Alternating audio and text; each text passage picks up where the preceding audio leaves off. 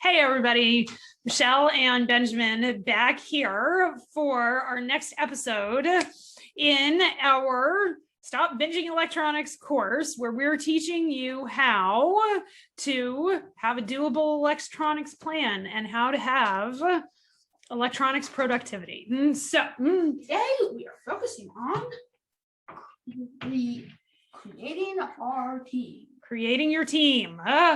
Okay, so last episode we talked about the 6-step process, and in today's 6-step process we're going to talk about creating your team.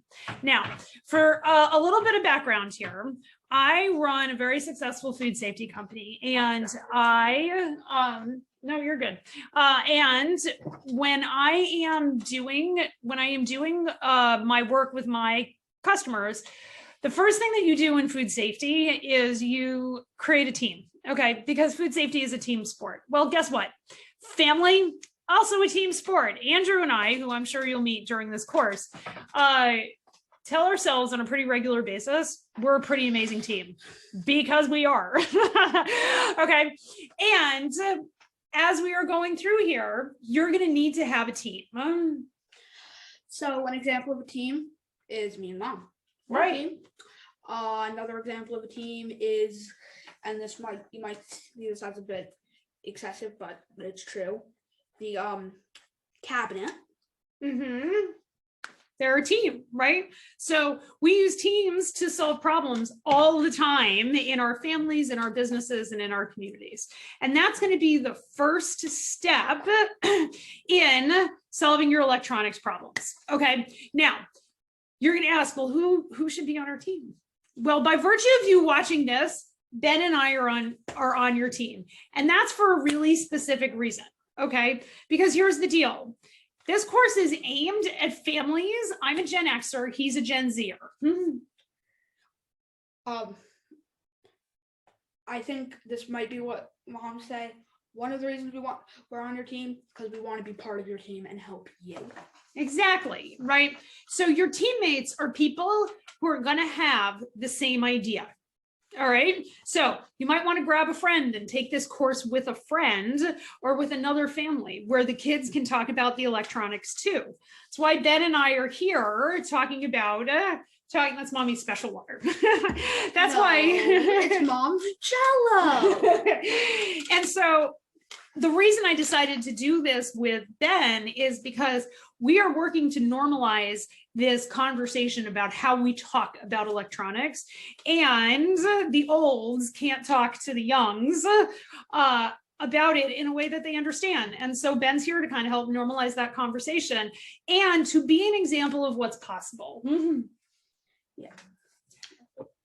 Right, and you are an example of what's possible, right? Oh, I totally am. Right, so we're going to be talking a lot about what like Ben's superpower is. That's going to come up in several episodes, and Ben's journey. So you're going to ask me, well, Michelle, who's on your team? Well, the number one team that we have in our house is me and Andrew. Okay, we are a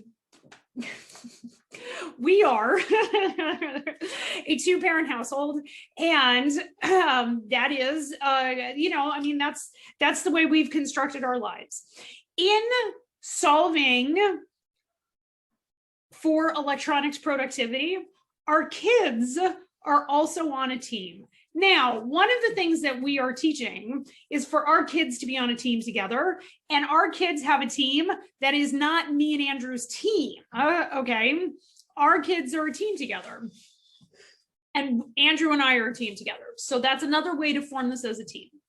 Other teammates that we have are our future selves. Okay, we can always ask our future selves, who we know have solved all of these problems, how they did it. Okay, I will be teaching you how to do that, because I talk to my future self via my journal on a fairly regular basis. Other people who can be on your team are people like therapists, other coaches. Therapists are always helpful. Right? We're big believers in therapy around here. So there are lots of people who can be on your team. Your team doesn't just have to consist of Homo sapiens. That's right. It really kind of doesn't, because isn't Scout part of our team? Yeah, my dog Scout, who's lying around here somewhere. He's incredibly old. And dog.